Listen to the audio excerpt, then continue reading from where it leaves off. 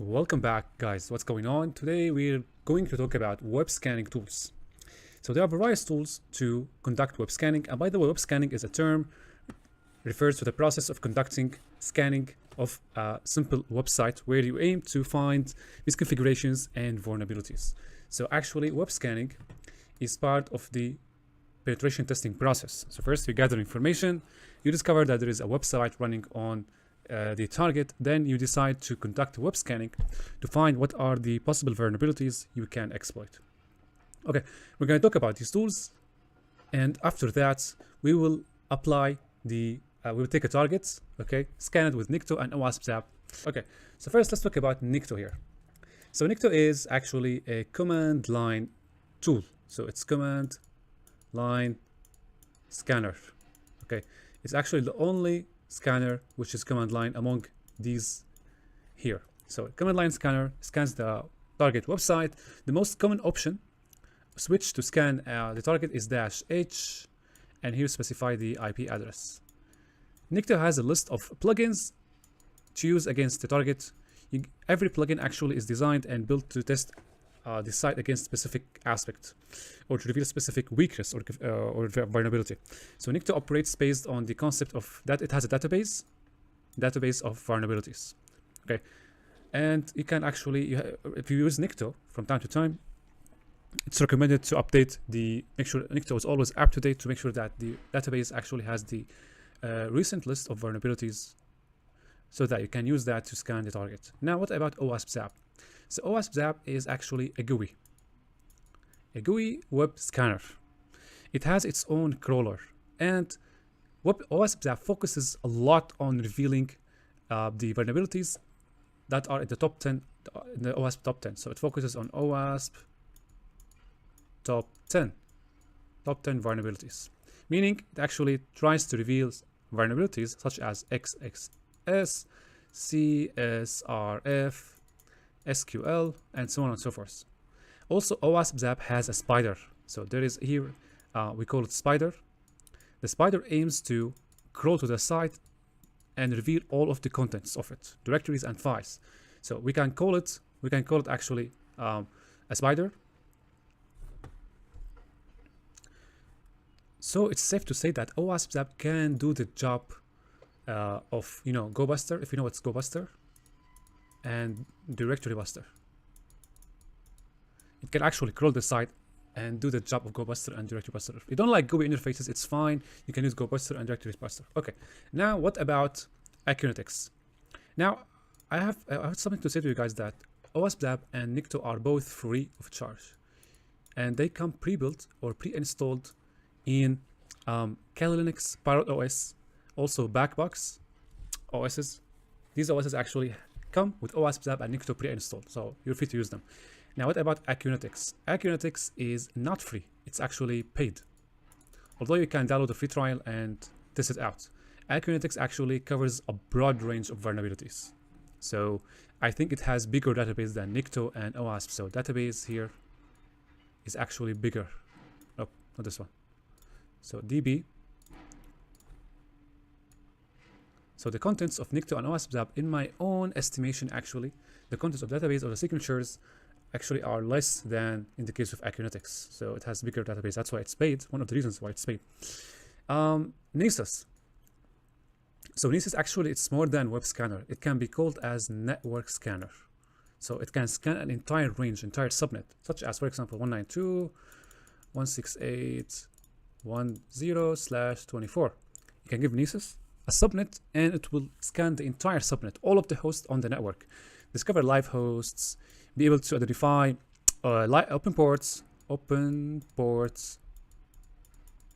and be able to identify vulnerabilities, whether in web components or non-web components. So web components and non-web components. Services such as SMB, RDP, it can identify vulnerabilities and out-of-date software in these services. So it's more, actually, it's comprehensive scanner, more than web scanner. What about OpenVas? OpenVas is actually, yeah, by the way, Nessus actually has Community Edition with a limited set of plugins, and it has the premium one. In premium one, Actually, there are more plugins, and you can actually cover, there are more features. I didn't try them, but actually there are more features in the premium edition. Now, what about OpenVas? OpenVas also can be considered as a nets or network scanner. Okay. Now, the thing is, OpenVas is free and open source. It actually comes pre-built or pre-installed in Kali and I guess Parrot. So you can scan a network using OpenVas. Both OpenVas and Nessus give the ability to produce, say what? Reports. Okay. So these are the most common known scanners. Specifically, web scanners are Acunetics, OWASP ZAP, and Nikto. I guess there are a lot more, but these are the most popular that I know of.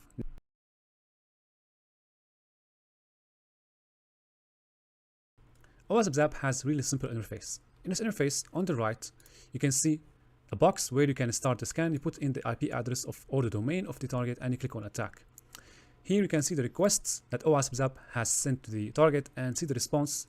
Basically, these two tabs, you use them along with the tab on the left. Here you can see the discovered content on the site. For example, I click on images, I see the request that OWASP ZAP has made and the response we got in HTML format.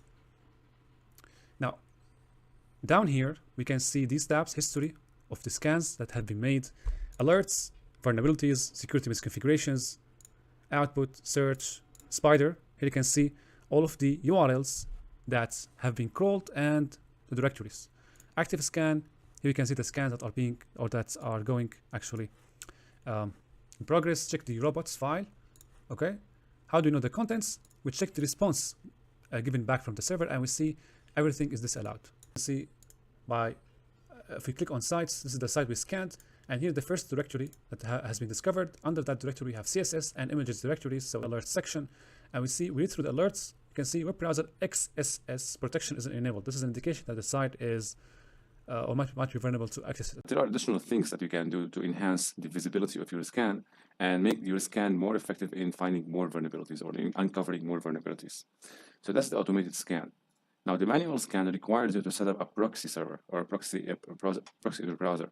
So basically, you select your browser, which is in your case Firefox, and we can set up the proxy by going to Tools, Options, scroll down, locate local proxies, and make sure it is localhost. Just replace this with 127.0.0.1. Here, 80.0.81, and also make sure these are checked. Click on OK. Go to your browser and set up the proxy. So we go to Preferences, General. Click on Manual and make sure the port here is 8081. Okay.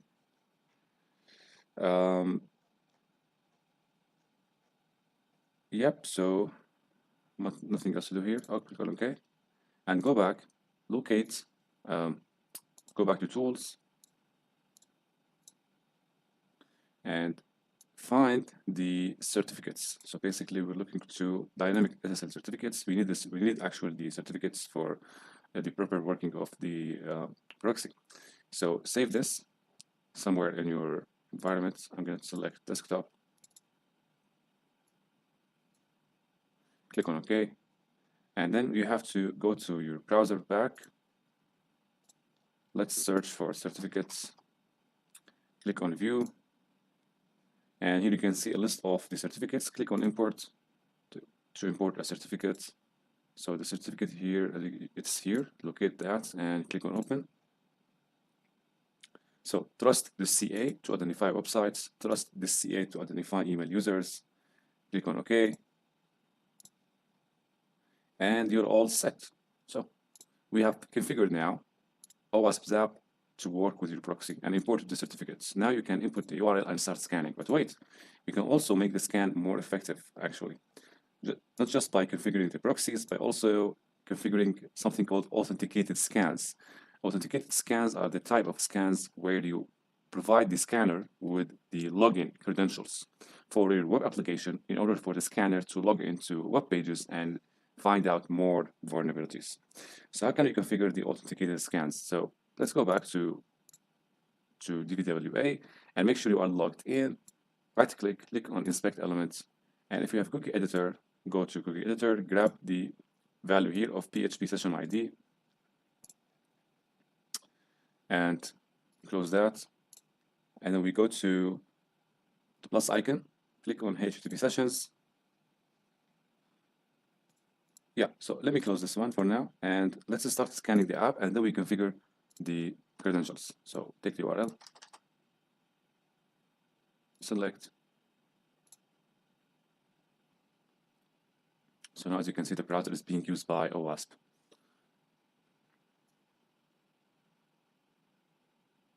So click on Start.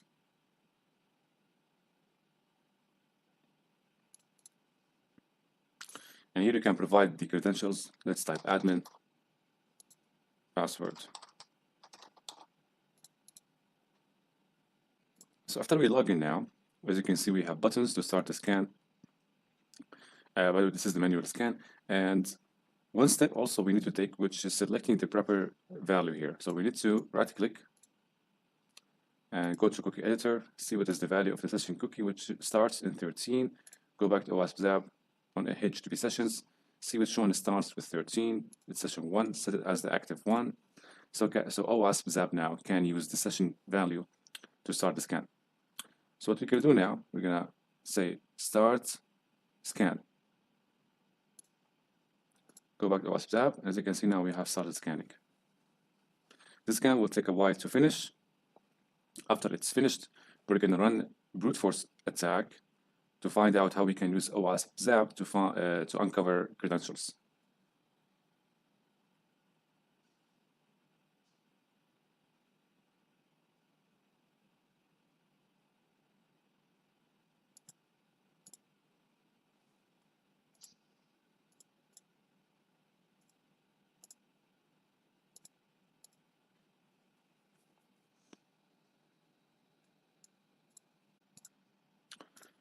So after the scan has finished, you will see a section called vulnerabilities. And if you expand the brute, you will see get, and you will see here get login password username. Now, how to get this page? So basically what we would like to do here, we'd like to test if we can perform credentials brute force on the DVWA. So what we would do here, we'd go to brute force, and then we would like to find out the password. Although we know the password beforehand, but actually we want to see how OWASP ZAP conducts attack. So what we would do here, we would type some dummy credentials, click login, and you will immediately see here the page, get login password username. So next step is to right click, go to attack, fuzz, and here you will see, much like you would see in Burp Suite, you will be able to insert the payload place by just highlighting the parameter that you would like to brute force. So basically here we have username equal test. We're gonna change this to admin or add. I'm gonna reset. Let me reset this. Reset. So cancel. Put admin as the username because we only want to brute force the password. So we go back, and again we click on fuzz. So we have the admin, and now the password is test. So we highlight the password, which is test here. Click on add, and in this section, we would say add, select file. Let me cancel this one. So here, highlight password, add. So technically, I want to add a file. Click on file, select, and select a word list. So go to user share.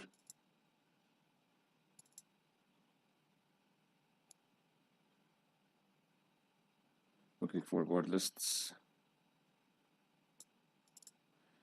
And I'm going to choose fast track. Click add, click OK. Start fuzzer. And let's see here. So it has finished. I'm gonna sort by size, responsibility by size. So as you can see, most of the response sizes are similar, 4,375, 4,375, except one, which is 4,413, and the payload is password. Now, if you try this, admin password. You see the login is successful, right? So basically, this is another functionality that you can use in OWASP ZAP, much like you would use in Perp Suite, which is brute forcing login credentials. So we have learned now we can use OWASP ZAP to uncover vulnerabilities, to uncover the sitemap, to use directory brute force, and also brute force credentials. Now, how about we use OWASP ZAP to find out all the vulnerabilities? So basically, we need to use something called the extensions. So if you click on Manage Add-ons here, we can see the extensions. So I'm gonna search for Python.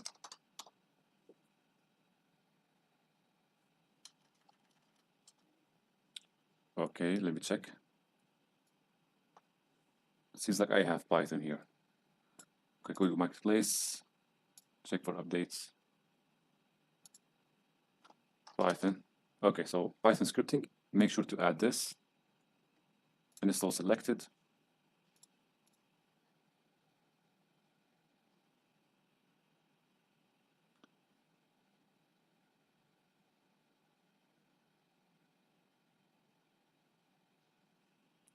So this is downloading the updates now. And let's go to install, check that my Python scripting is here. Now go back to community, Marketplace, search for community, add community scripts, and install selected. So go back to installed, and you should see community scripts here.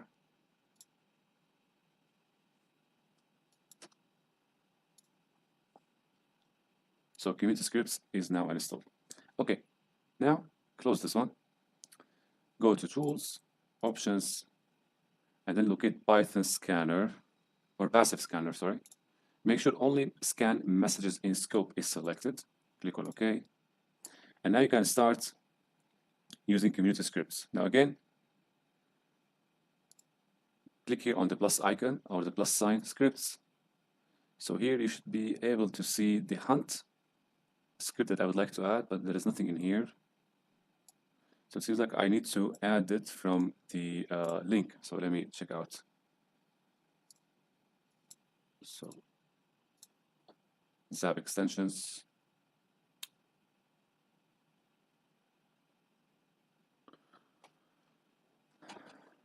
If you're using the latest version of ZAP, then you can browse and download add-ons from within ZAP by clicking on the button on the toolbar. You can import add-ons you have downloaded manually from.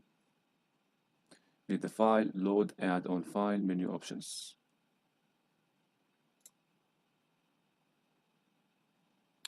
Okay.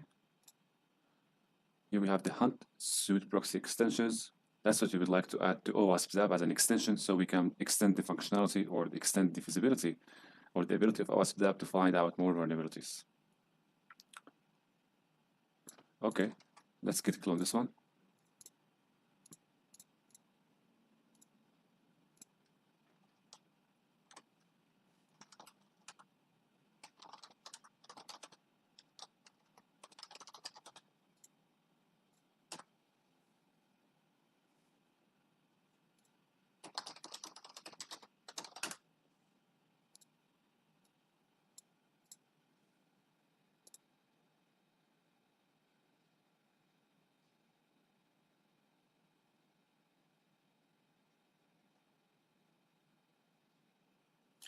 Okay, it has finished. Let's go now to the directory, which is somewhere here. Hunt.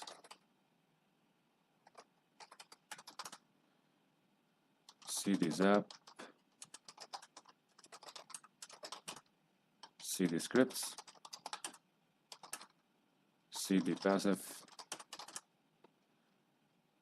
Okay, so as you can see, the scripts are named after the name of the vulnerability: SQLi, file inclusion, SSTI IDOR.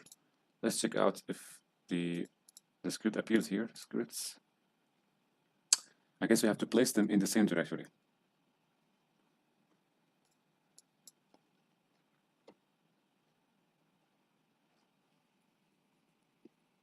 So this is how to use the hunt with Perp Suite.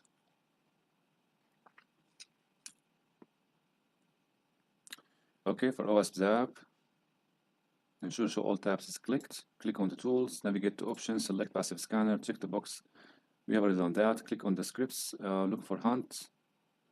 It should appear under passive rules. Let's check this out. Passive rules. Yeah, that it is. So this is a hunt POI. Now we can use that to scan for vulnerabilities. So we can enable the script here. Okay. And now we can restart the scanning. So quick start. Let's select automated scan.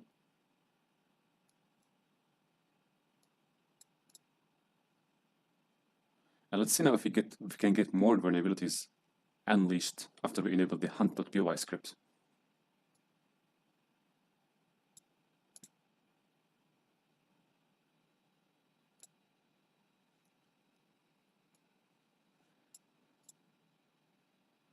So as you can see, we have there are some stuff being popped up. So you have XSS, reflected, stored,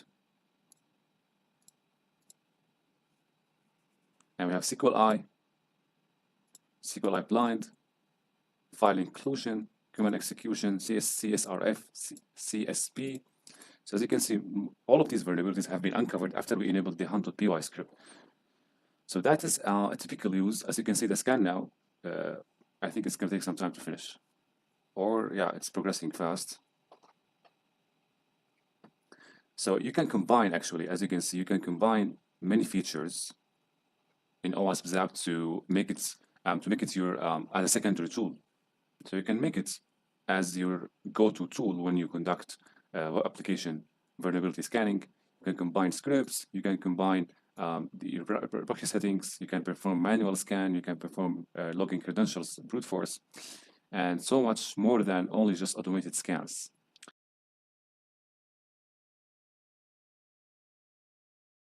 So, as you know, guys, Nmap scripting engine, it's another tool to provide vulnerability scanning, just as Metasploit evolved from an exploitation framework into a fully scalable, fully fledged penetration testing suite with hundreds of modules.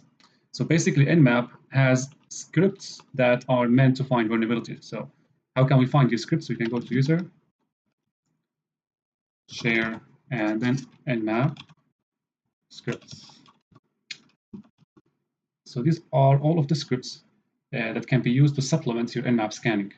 One objective is to find vulnerabilities. So basically, let's see now how we can use this scripting engine. So to get more info about the scripting engine, we type Nmap script help default. All right. So as you can see here, we see the scripts and their let's say description, right?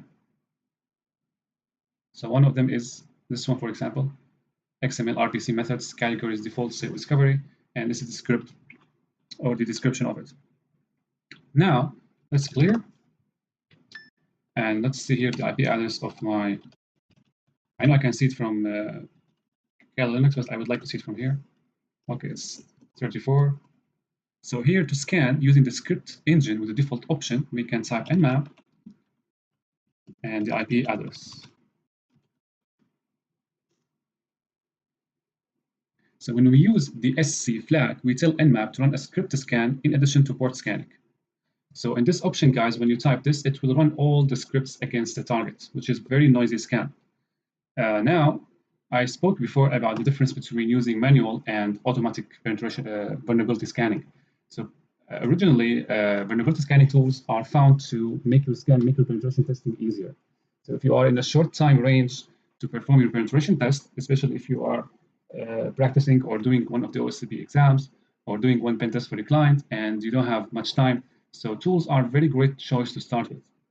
If you have larger time window and you have like 3 days, 4 days, then I think manual testing would make more sense from my perspective. All right, so while it is running, let's check our Nessus, and it's still running and preparing. Now, I know this is going to might take some time, but I would like you to see the results. So, okay.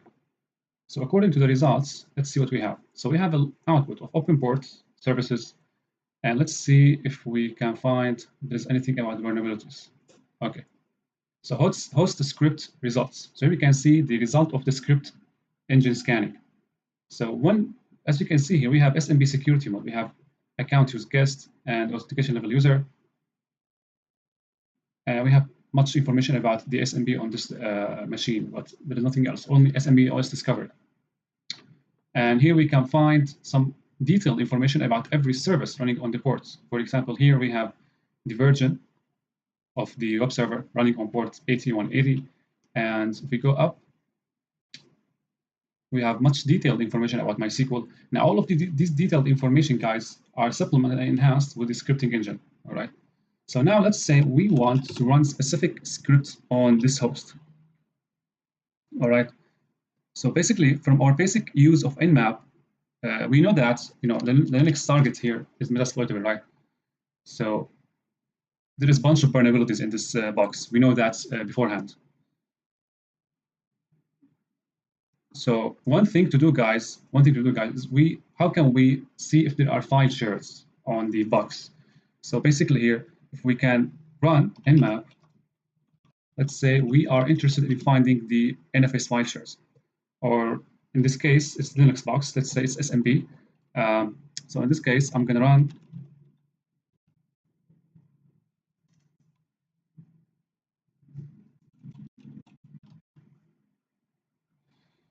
all right, so here, as you can see, we got description about this module, and it's saying discovery safe. But if you go up,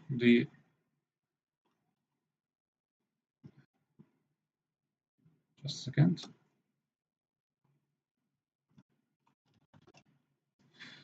Okay. Okay, let's scan again.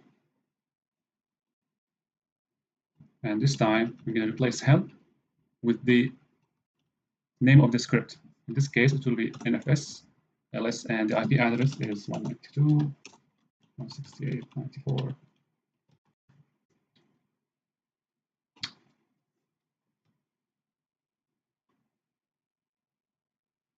So I'm supposed to get the shares, if there are any, on the box. It seems that there aren't any shares on the box. So basically, I can do that. Let's go back, and from the output, as you can see, we have the list of the services. So if you are interested in finding more detailed info about specific service with Nmap scanning using the scripting engine, what we can do here, we can type ls la and grep. Let's see if we take NFS. What are the scripts available for this? Oh, I moved out of directory. Okay. So we have NFS, show mounts, stats, ls. All right. So let's go back and use show mount.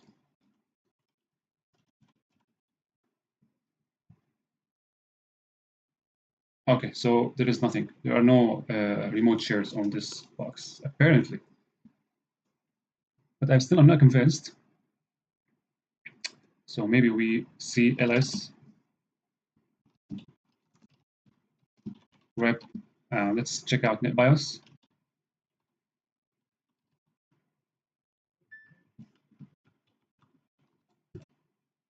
Broadcast NetBIOS master browser. Let's check on PC bind.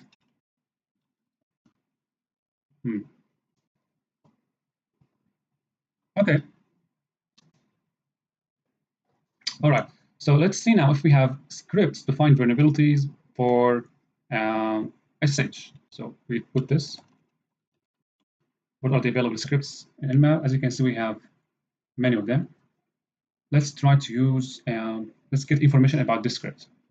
So Nmap help.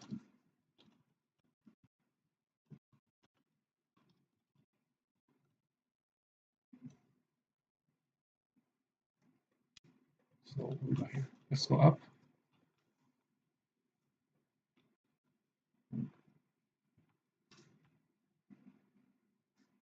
Let it go down. So we got an error here. Okay. Let's see. No, I don't think so.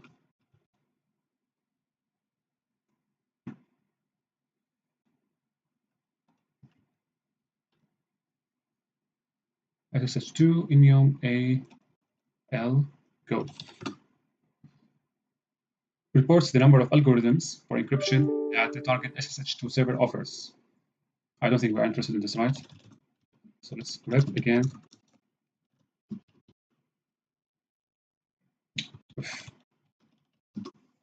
So we have authentication methods, brutes. So let's get more info about this brutes thing. Brute performs brute force password guessing against the SSH server. Well, I'm not interested in that. Run, let's see what run. Runs remote command on SSH server and returns command output. Okay, let's see this. So we put nmap script equal SSH run and target. So it's saying fail to specify credentials and command to run. So basically, in order to run this script, I have to specify the credentials, right? Now let's see for HTTP. Oh my God, we have too much.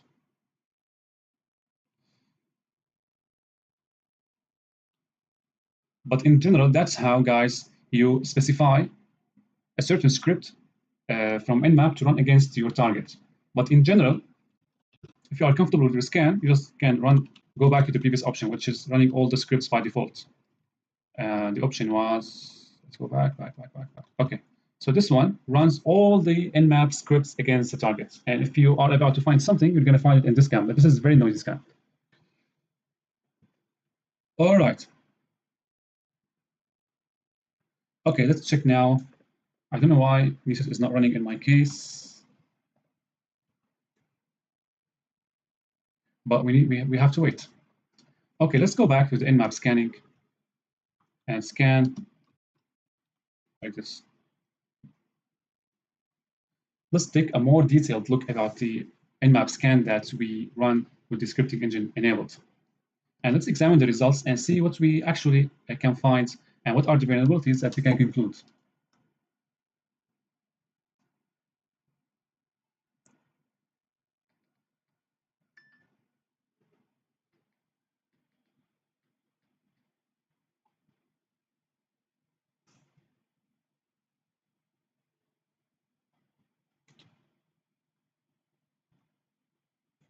All right, so let's go up now. So first we have FTP anonymous login. All right. Then we have SSH, OpenSSH 4.7, telnet, SMTP, that's what for local admin, local domain. Okay, you go down. So the Apache server 228, MySQL info, capabilities, handshake, PostgreSQL, BNC, access denied, IRC server.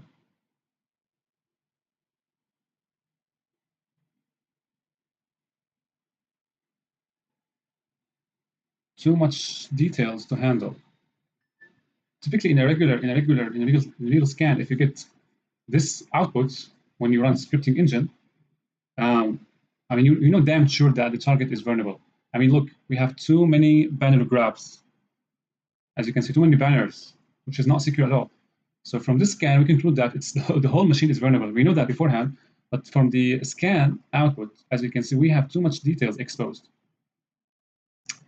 All right, so basically, as you can see, scripting engine, very useful for running and gaining insights on the targets.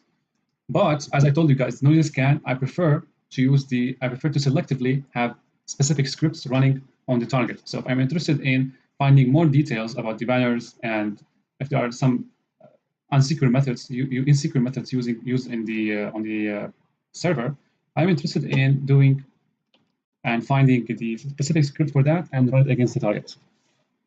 Okay, what about this? Still running. I'm not sure if this is the right thing to do, but I think it's a problem with Firefox. Let me close it again.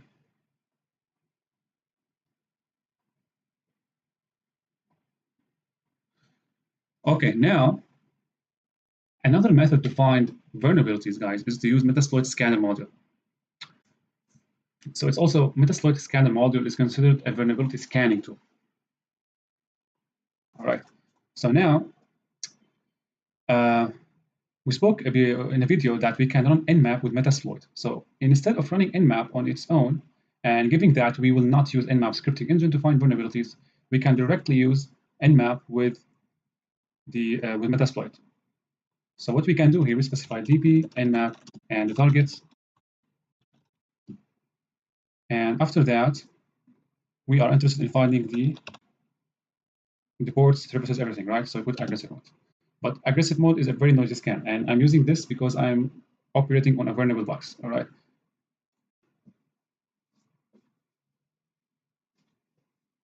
So let's see the coalition Metasploit Nmap on finding vulnerabilities. Okay, so what we got here? Okay, a list of the open ports, the services running on these ports. Okay. All right. Now, from the scan results, I can see many services running. And now we can start using Metasploit to find the vulnerabilities. So for example, the first step to use, guys, how to determine which module, which payload, which of which, you know. So in my case, I first determine the service I'm interested in finding the vulnerability. So for example, let's say FTP, right? So we go down, we type search, right? Type. So I'm interested in scanning and name FTP. So I get a list of all of the scanning modules for FTP. Let's see here what we got.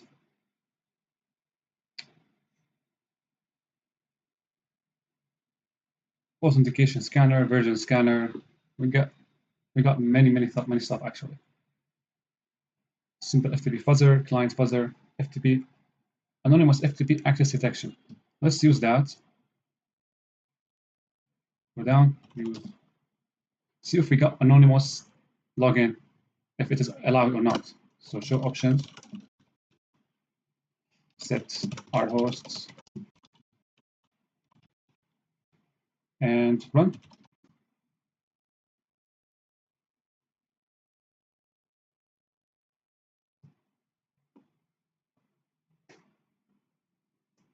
So from the results,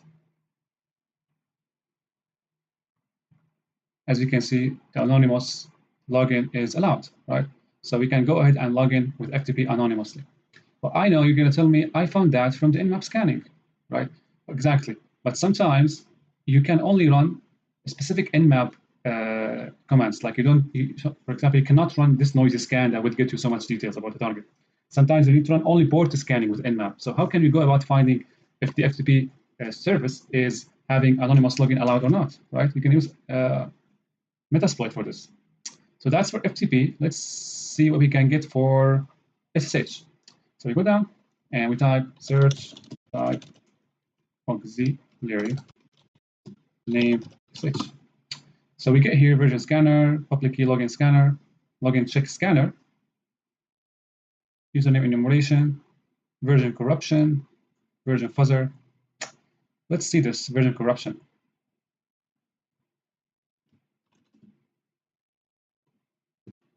Info. So it's saying here, this module sends a series of SSH requests with a corrupted version string. Okay, set our hosts, run. So it is version corrupting right now.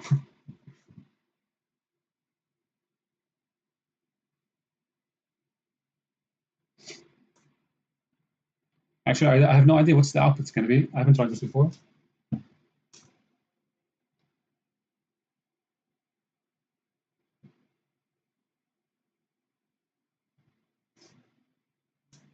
Auxiliary module execution completed. So what's our results? I have no idea.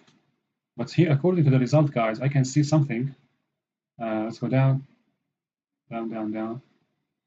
You see the byte size, as you can see, falls in a limited range from 200 till 23. So I don't think the scanner has given us something meaningful about this. So let's go up. Go up. Okay. SSH public key login scanner. If we can log in with the public key, let's find if this is enabled.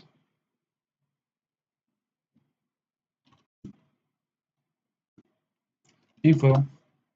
This module will test SSH logins on a range of machines using defined private key file. So in private key file, and report successful logins. And we need also, guys, key path. We need a key file for this. So for SSH, this is the version scanner finds you the version. And this is very useful, as I told you guys, if you are in a situation where you cannot run Nmap, a noisy Nmap scan or lousy Nmap scan, right? So you use the scanner of Metasploit. So we use the scanner here of Metasploit to find the version of the SSH server, right? Show options. Set our hosts.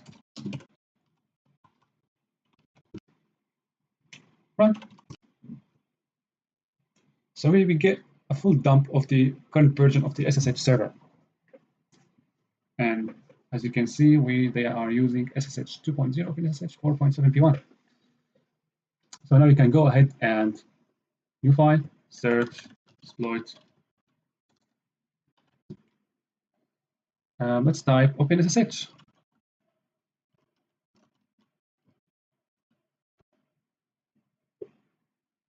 So the version is 4.7p1. Let's go down.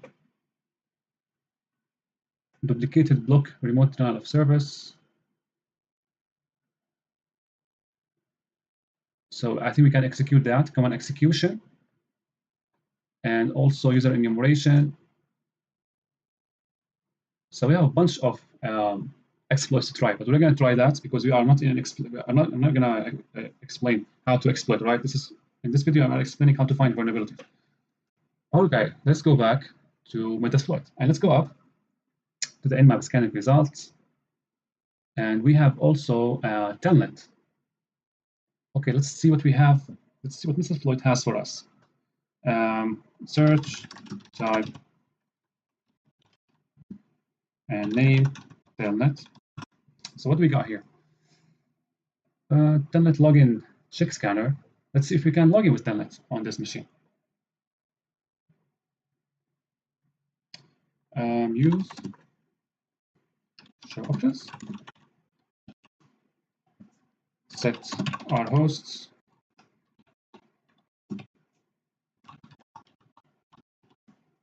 So what do we need else? Our host is required. User file is not required. Thanks to my Lord. Okay, run. Invalid grid details cannot be blank. Grid details cannot be blank.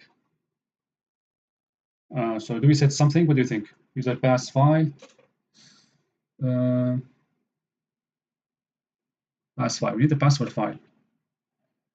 User pass file. File containing user and passwords. File containing user names. Okay, let's do that. Let's go to desktop. And here we create nano user names,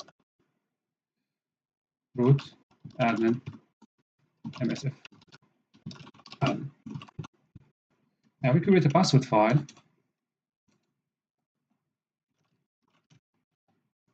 MSF admin, admin, root. Simple stuff. Okay, now here we set user file equal to, not to make mistakes with the directory path. No, man, come on. What did you? I'm not going to paste this. Okay, the names.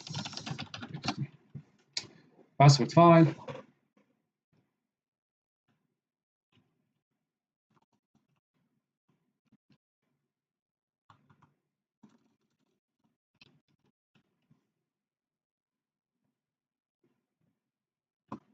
Run. Let's see if login is enabled on telnet. So it's doing kind of brute force, right? But from the attempts, I can say that telnet login is enabled on the server. So we might, we got one successful. Login, MSF admin, and one command shell opened. So sessions. So as you can see, we got one shell, command shell, on this machine, only by running auxiliary scanning. But this is rare to happen in real world scenarios, guys, unless the target is kind of, you know the word. Okay.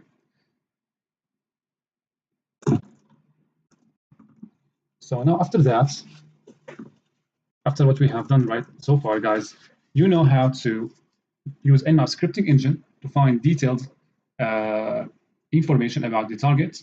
And if you are not allowed to run Nmap scripting engine and you're only allowed to run Nmap scanning, port scanning, and then you are interested in enumerating more about the current vulnerabilities of the target, you use the auxiliary scanning module of Metasploit to find more details about every service, the version, and then find your way to the exploits. Okay. Now, one thing to mention, guys, is if you want to find specific exploit about a target using Metasploit, just put search, type exploit, and put the name. Let's say FTP. So we get a list of all FTP exploits to try against our target. But since in this video we are only interested in finding and scanning for vulnerabilities, not for exploits, right? So we're interested to find what are the current loopholes and the weaknesses on the target. FTP anonymous login is allowed. SSH server allows specific stuff. We can log in with telnets. All of this kind of stuff. The version scanning. All of these are under the frame of vulnerability scanning. So we can use the auxiliary module in Metasploit and bind that with the current service we are interested in, and we can find the vulnerabilities of this. Now let's go to our browser and see if Nessus has started. Okay, it is completing. Good. Now, let's close Nmap scanning. We are done with Nmap scanning and Metasploit scanning. Okay, now let's go to the web page. Okay, so I have now the web page of Metasploit, right? Now let's see if we can find another way to scan for vulnerabilities. So as you know, with Metasploit, we can also scan for HTTP vulnerabilities, HTTP protocol vulnerabilities or web server vulnerabilities. But right now, we can also use another tool for this, which is Nikto. And we specify the host, which is 192.168. And this way, we scan for the web server vulnerabilities with Nikto, guys. Of course, don't take the tool literally, guys. You can use Metasploit as well. Just type auxiliary, and the name is Apache, and you will see a list of scanning modules from which you can use to scan for vulnerabilities. So here you can see we have one. Directory indexing is found. PHP is installed, and a test script which runs PHP info was found, which means we can find the PHP version of this app. Okay, here's a preliminary scan about the targets. So if we type PHP info, that is great. So from here you get the PHP info, guys, and you go to search exploit. So it's PHP 5, and it is well known that PHP 5 has many vulnerabilities. So basically, your next step to find exploits is to use Metasploit or to use search exploit if you want to do that manually. What else? What else? What else? All right. Now let's go back to our Nmap scan. And let's run Nmap in non-noisy mode. So I'm going to use stealth mode. I'm going to run only port scanning. Or, okay, let's type this, target.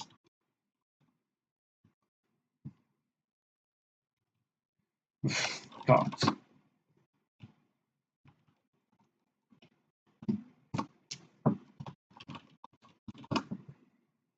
Okay, so now assume that you find some strange port, right? Like for me, the strange port here is this one, 8180, right? Or this one. So how can you know that there are vulnerabilities on the service running this port? So one way to do that, guys, is to use netcut. So let's connect to this service, try to grab a banner, and see what we get. And we specify the port, which is 8180.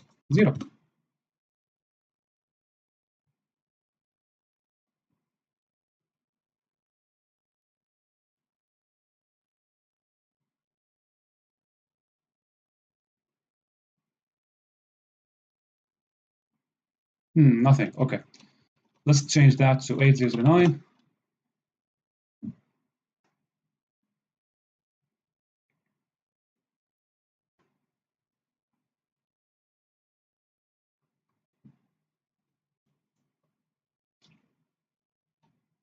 Okay, let's use telnet then.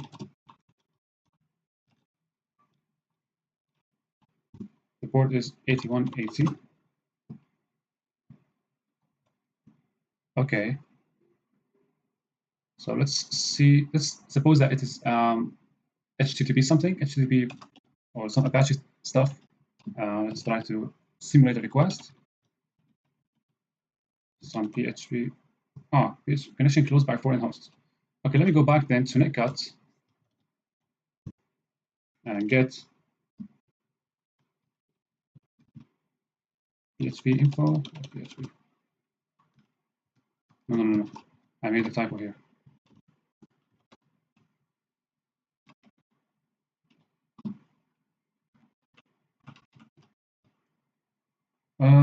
PHP info. And let me specify HTTP. Wonderful. Close on its own. So we need to try back again.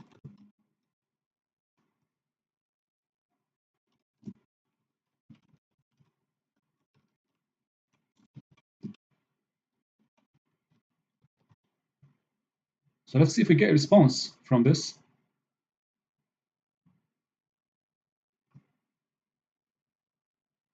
If we don't get a response, it means there is nothing on this, but I am not sure this is correct. Let's try to simulate that here. So it's Apache Tomcat, but if I use netcat, I don't get a response. Okay, get.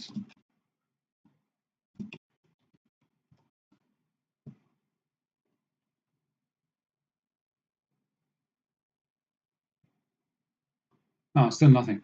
No idea why.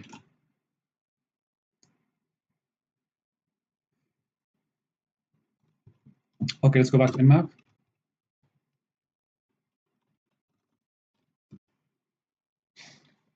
So we have here SMTP. So how can we find if there is nothing on here? There is something on here, sorry. So let's use netcat again. And port is 25. So here we get a response that there's email server on here. So how can we interact with that? We can use multiple commands to interact with SMTP servers, and there are so much documentation on the internet on how to use, how to interact with SMTP server in the command line. So one of the commands are verify. Let's see if there are some if the username is existed or not. MSF admin. So MSF admin exists, I think. Let's verify something else. So Motasem doesn't exist, but MSF admin exists. Okay.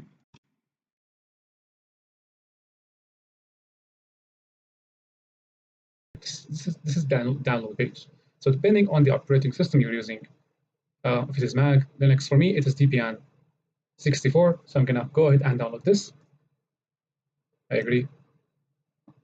Save that to desktop. And once downloaded, we're gonna copy that file to our Kali machine to begin the installation process.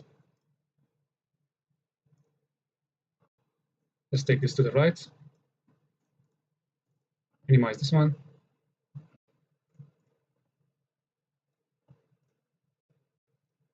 So here, let's go to try help me folder. Nessus. Okay. Okay. So with the file being transferred to my machine, I will begin the installation process.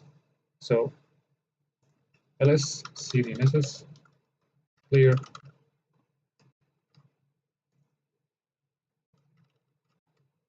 Okay. Sudo the package and then -i and the name of the file.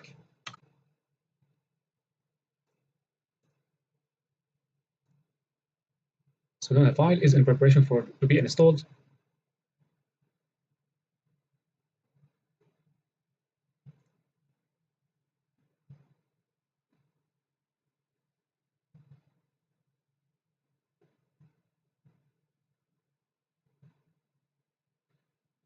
Okay, now as you can see, the installation has finished and we can just start the scanner. But before that, we have to start the associated service. So bin systemctl start Nessus. Okay, let's take that. Sudo paste. Okay, now we will navigate to this URL.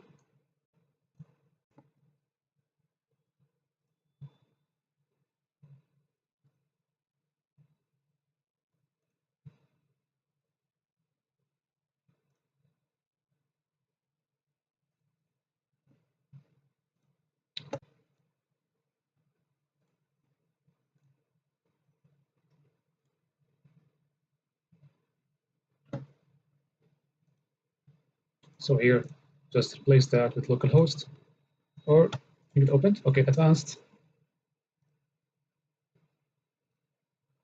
And accept the warning, accept the risk and continue. Okay, so we will select essentials, continue. Just register your information. I'm gonna type my name, surname, and email.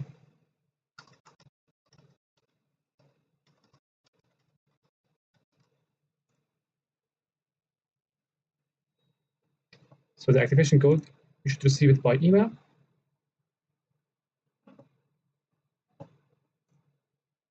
Actually, I requested 2 activation codes. The activation code will look something like this. As you can see, this is the message, and here you will take the activation code and go with it. But I don't think this one will work since this came to a different email address, so I will try with it. Continue. Oh, it worked. So username, my name, password, simple as that. Submit.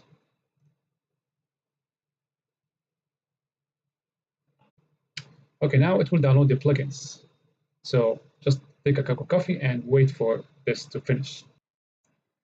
So after initializing and compiling the plugins, you will be greeted with this screen to start a new scan. So of course, you can go ahead and start a new scan, but before doing any of that, it is worth noting, or it's worth going over some of the functionalities we see here in the buttons or the screen. So the new scan, we click here, we can initiate a new scan. Now, in the policies, as you can see, if you click on policies, in the policies section, we can create custom templates to be tailored for custom scans. So according to your environment, according to the scope you have, and according to the knowledge you have on the target, you can create a custom template to scan specific servers, specific ports, specific applications whatsoever. Now, by going over to plugin rules, as you can see here, we can create a rule to hide plugins, edit plugin, or add a new plugin. So if you click on new rule, you can see we have the host, number, expiration, and we can also hide the result or enable the result. So as you can see here, for example, if we have scanned a target, and of course, you know, Nessus uses plugins to scan the target. Now, if you want to hide a specific plugin, all you have to do is to reach out the plugin ID, put it here, and specify it for all the hosts or a specific target whatsoever, and specify an expiration date after which the plugin will reappear in the scan. And here you select the settings. For example, if you want to hide the plugins from the scan, you select hide these results. Or you can specify specific severity for the plugin. So that's for plugin rules, and that's for policies. Also, we can also create a new policy here, and depending on the scan type, we can go over all the scan types here. But first, we will get back plugin rules, community. Okay, now let's move on to scan types. So if you go to policies, and here, new policy. For example, host discovery. You know, self-explanatory. It is for discovering and finding out the live host on the network. Basic network scan. It's good. You start the scan if you want to scan single host or multiple hosts. It's much like Nmap scan. Now, malware scan. You know, if you have a host or endpoint that you suspect it is infected with malware, you just create a malware scan. For application test, similar like Nikto, or application scanners like OWASP ZAP. Credentialed batch audit. It is kind of scan where you want, if you have a specific service, and the service needs some authentication in order to scan it, so we select credentialed batch audits. And the rest of scans are customized to specific vulnerabilities or CVEs, as you can see from the names. All right, so let's get back to my scans, all the scans. Okay, since we have a single target, and we know it is live, we can either go with basic network scan or application tests.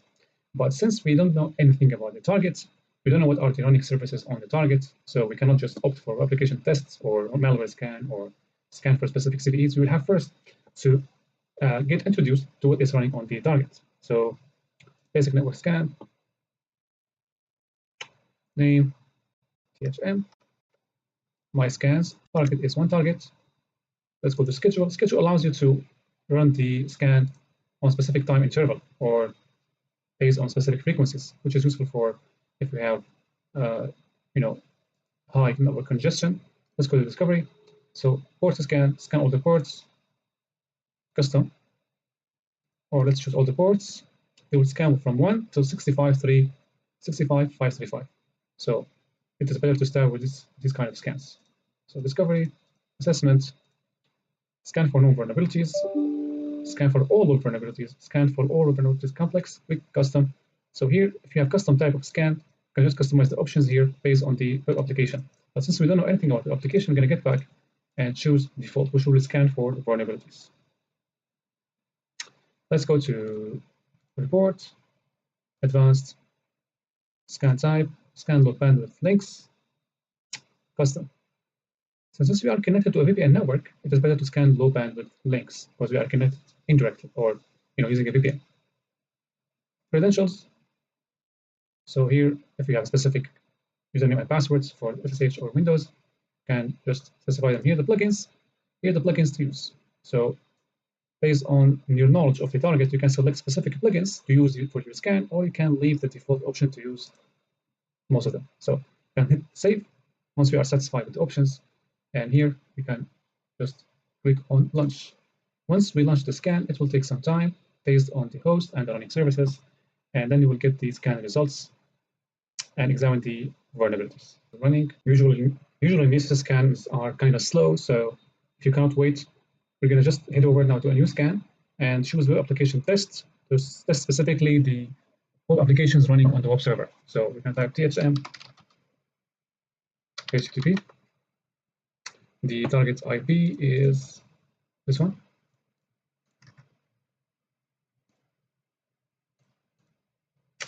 Discovery custom, we're going to choose, let's see here, ping methods, fuzzing services, port scanning. Okay. Okay, leave these options as they are. Go to assessment, scan for all the vulnerabilities. Okay, let's save that and run the scan as well.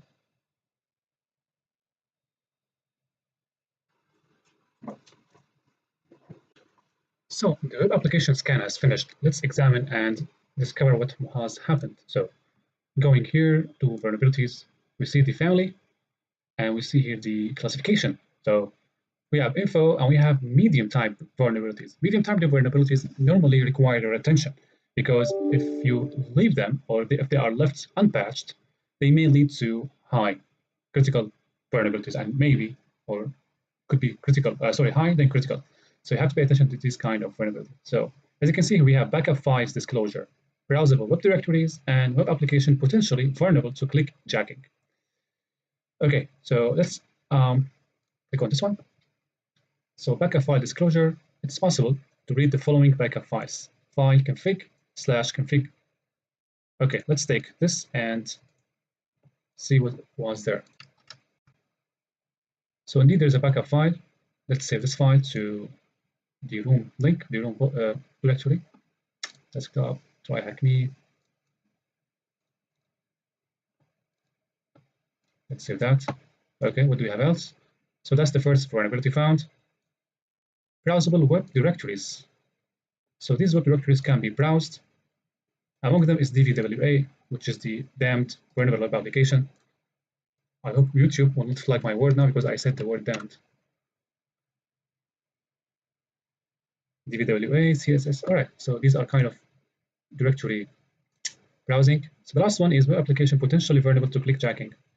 And there is here, as you can see, an introduction about the clickjacking. So as you can see, the remote web server does not set an Xframe options, response header, or a content security policy frame ancestors. And you would see these kind of vulnerabilities in typically most of the web servers running these days, because many sysadmins do not use Xframe options or the content security policy in the Apache headers, thus allowing the possibility of a clickjacking. And the clickjacking happens on the user side, not on the server side. So if you read through the description, this could potentially expose the site to a clickjacking or URI redress attack, in which attacker can trick a user into clicking an area of the vulnerable page that is different than what the user perceives the page to be. This can result in the user performing fraudulent or malicious transactions. the following. This is the vulnerable page.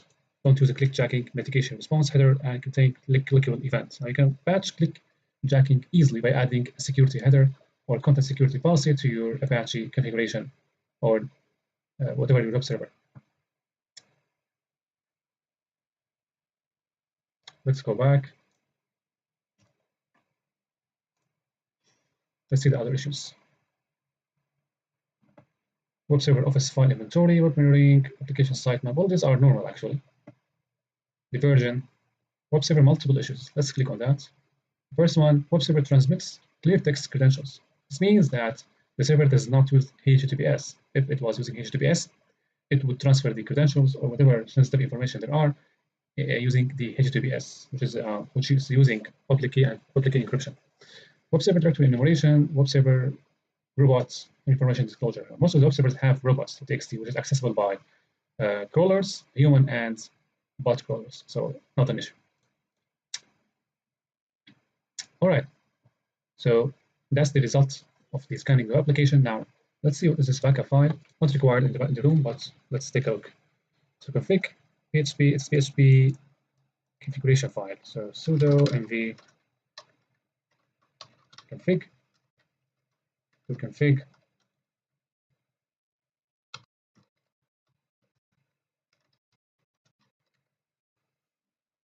So this is the PHP file. If you are having problems connecting to the MySQL database and all of the variable, try changing the DB server.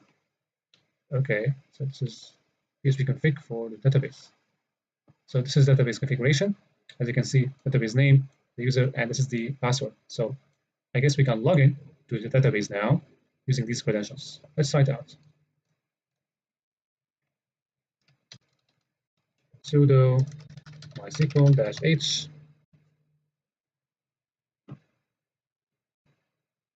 Let's grab the IP. -u app-p. So the password from the file or the leaked file is vulnerables. Cannot connect to MySQL server on. Let's check the options out. App.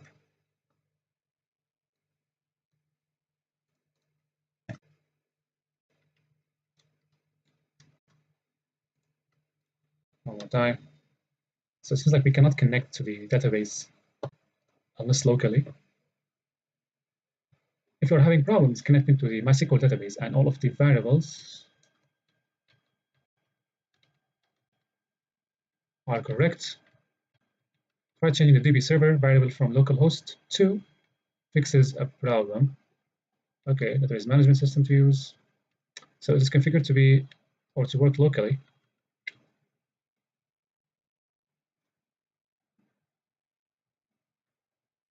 All right, but if you manage to get access to these kind of machines or manage to get access to the target using some exploit, you can just log in directly to the database server and dump the tables.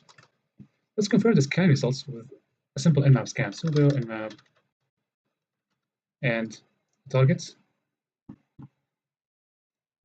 We just want to correlate the scan results between Nessus and Nmap. Simple scan, we do it.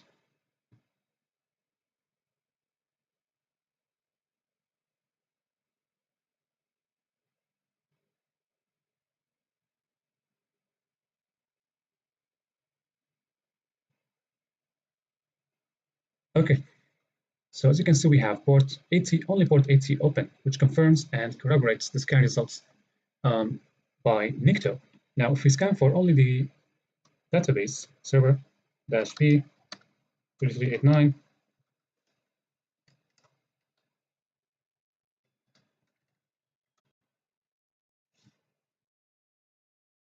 so it is closed. That's why we couldn't connect to the MySQL server technically. So let's get back now to TryHackMe and see what are the questions we need to answer. So what is the plugin ID of the plugin that determines the HTTP server type and version? So if you get back, we saw that the HTTP server and version is determined by a plugin. So if you click on that, we see the plugin ID somewhere. This is the ID. So let's try to answer with that.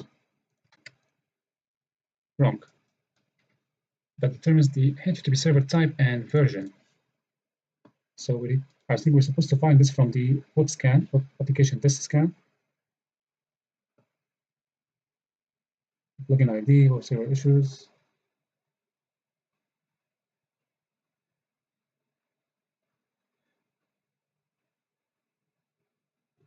So if this one didn't work,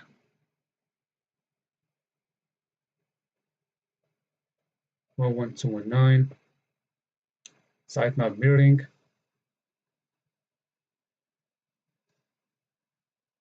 Plugin details, ID didn't work.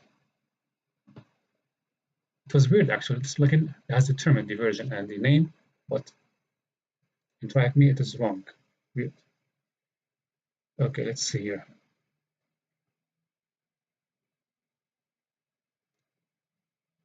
I don't think so.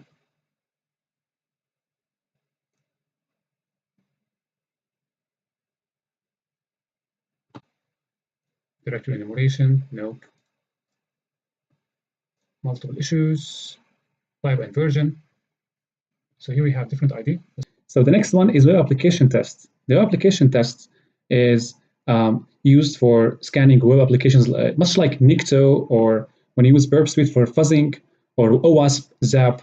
Web application test is similar to the tools I have just mentioned. Now, credential patch audits. So credential patch audit is a type of a scan where you are required to submit credentials, right, for an SSH server. It could be SSH server, it could be basic authentication, it could be WordPress scan, it could be FTP server, any protocol that requires authentication. You submit the authentication credentials here, and the patch audit means that the scan will assess and evaluate the patch level of this application running on this protocol. For example, assess if the HTTP server is up to date or not. Malware scan, pretty self-explanatory. Mobile device scan, self-explanatory. Bad lock detection. This is for scanning for specific CVEs. As you can see, it's very clear mentioned about this. Shell shock detection, right? These are customized scan for customized vulnerabilities. As you can see, the CVEs are mentioned, right? And here for scanning the shadow broker, if you have it or not, Spectre and Meltdown, ransomware. These are easy to spot and easy to choose based on your purpose. Compliance scan, if you work in compliance and you want to assess if your network or your client is compliant, for example, with PCI industry, in case it is a bank or financial company. And the rest of the audit, I'm not very expert in auditing, so I'm gonna just move on. So given all that we have, let's now start scanning a target. The target I choose is the machine from TryHackMe, as I mentioned earlier. So I'm going to click on basic network scan. I know it's live. I don't need to choose host discovery. I just can go ahead and click on basic network scan. So we're going to type THM, my scans, and here the IP. We put the IP address, right? We move to schedule. Here we're going to schedule the scan. We're going to run it immediately. Discovery. Here I'm going to scan for all ports. Okay. Assessment, scan type, leave it as default. And for advanced, as we are connecting through VPN, we're going to need to consider the bandwidth. That's why. Let me first launch the VPN. Oh, I have it here, I guess. All right. So,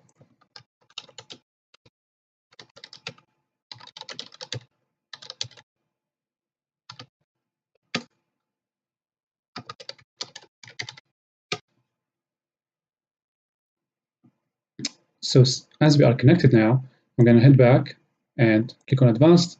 And here I'm going to choose scan low bandwidth links. Okay, we are connected via VPN, and it could create a network problem or congestion if we choose default scan. So I'm going to choose only scan low bandwidth links, considering this fact. Credentials, we don't have any credentials, right? Plugins, no plugins. I'm not going to add any plugin here. Of course, you can add the plugins if you have specific or custom targets that you want. Or let me frame it. Let me rephrase the sentence. If you have specific targets that it's running a specific service and you want this service to be scanned with specific plugin, you can choose the plugin from here. Okay, I'm going to head back now. Save. After I save the scan, I'm going to click on it and run. launch. Okay, so the scan has finished, and we can click on My Scans, click on the scan, so you see the check mark indicating that the scan has finished. Click on it. So you see here the hosts, vulnerabilities, history. So as you can see, we have only one host, and we have color categorization of the alerts. So for example, here, everything with yellow means medium, 2 low alerts, and 27 only info. So there is no critical alerts or vulnerabilities, right? So when you click on vulnerabilities here, we can see the same categorization, right? Everything with blue, info, mixed, and we can go down all the way down. These are only info. You can click from here to find the medium issues. No, it's not clicking.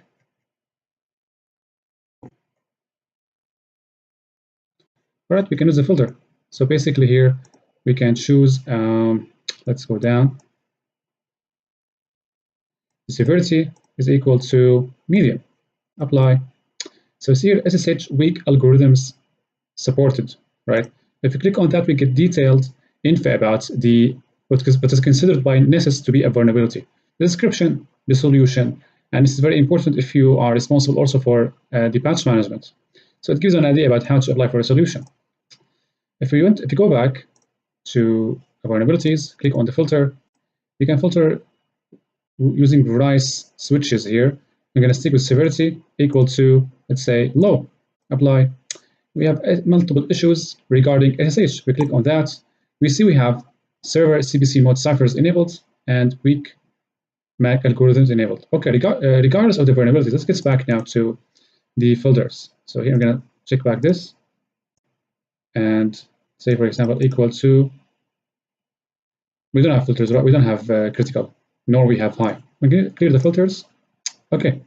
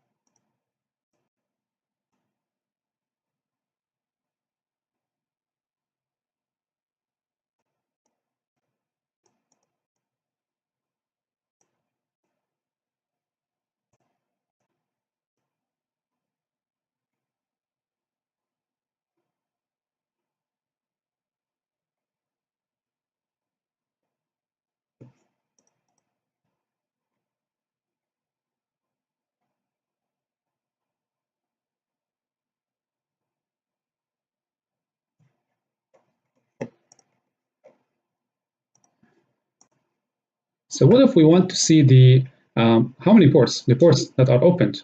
As you can see here, we can see the family and the name of every alert. So here we have Nessus synchronization scanner and port scanners. If you click on that, we will see a list of the open ports. So as you can see, we have 22 on SSH, 80, and we have on port 6667, we have this. So if you want to filter and find out, as you can see, it's IRC, which is a chat server.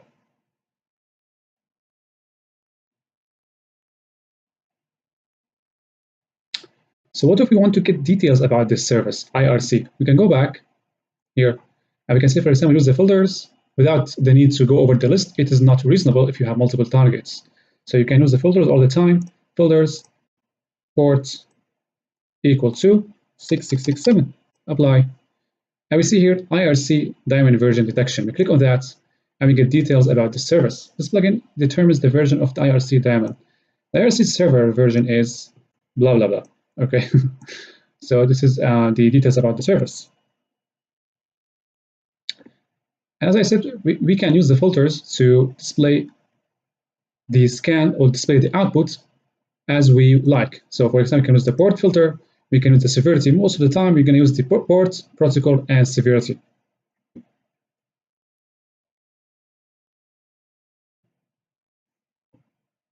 So let's say we want to see if a web server is running. We can filter for the protocol equal to HTTP. And we can see here we have Apache HTTP server. We can click on that, and we have two results. banner, Linux distribution disclosure, and HTTP server version. Normally, when you scan with Nmap, you would see details or outputs, the output of these two results, right directly together, all together in the Nmap scan. But here in Nessus, it categorizes and classifies them based on the banners or the alerts. So you see here the Linux distribution disclosure. We click on that. As you can see, Nessus was able to extract the banner of the Apache web server and determine which Linux distribution the remote host is running. As you can see from the web server, Nessus was able to find the operating system, which is Ubuntu 14.04. What else we have regarding Apache? We have also the version. We can click on that and we can see the version is 2499.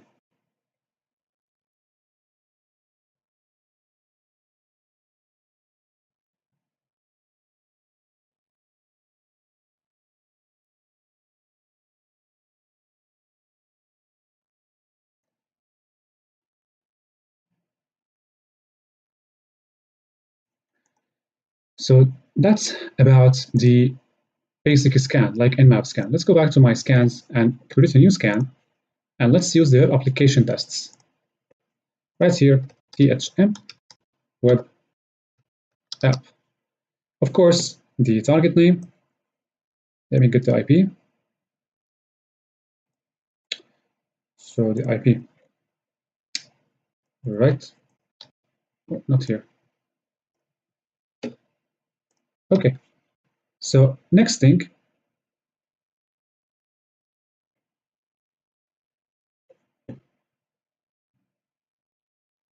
we don't want to schedule that. Let's jump to discovery, and let me restrict that to ports. Let's go down. Ping, no problem. Default range. Let me just get back there and put count ports. And the assessment, scan for all vulnerabilities. Okay, that's fine. Let's save and run.